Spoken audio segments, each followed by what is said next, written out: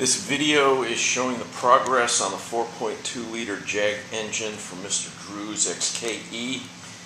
As you can see, it's been painted up. The head is on the block. The block has been totally reconditioned. New pistons are in it.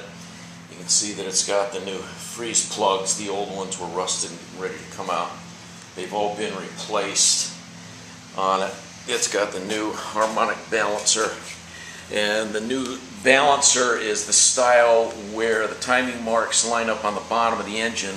So you can see there we had to make a pointer for setting the timing on the car. The pointer would normally be mounted on these two bolts on the side, but as I said, the latest replacements for these harmonic balancers are only available with the timing marks down here.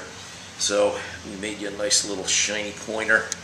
You can see the new tensioner bearing for your belts, and you can see the new freeze plugs on this side. The cams are all in, valves are adjusted, the cam timing has been set up where it's supposed to be, the notches with the notches up. We've cleaned up some of the aluminum and polished it a bit to give it a slightly more finished look, and one heat shield for the near the pan. We sandblasted all of the aluminum parts to clean them up a good bit, and we'll finish, once it's together, we'll get these stains and stuff will be off so it'll look like brand new. Manifolds are on. Let's see, the water cover at the back has been renewed. And we've got over here, we've got the valve covers. You can see this is one that hasn't been done yet. You can see how dirty it is, how the aluminum finish is corroded. And what we do is we clean it, we repaint it, and then the top part gets cleaned and polished so that it's got that nice fresh look to it, like a newer engine would. The intake manifold it's pretty common to have corrosion. You can see here where we haven't started on this one yet. We have started repairing some of the holes, but you can see how badly corroded this is.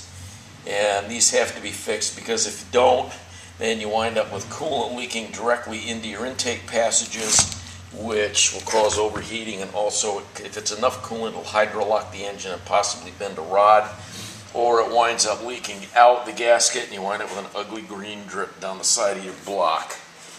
And that's about it on the progress for right now. They're the carburetors, but they haven't been built yet. I've got to put the kits in those and get those put on. But the engine itself is, well, a good bit back together and does resemble an engine once again instead of just a bunch of bits and pieces. So I hope you like what you see so far. And once it's done, the whole engine will look as fresh as this nice clean block. Thank you, Mr. Drew.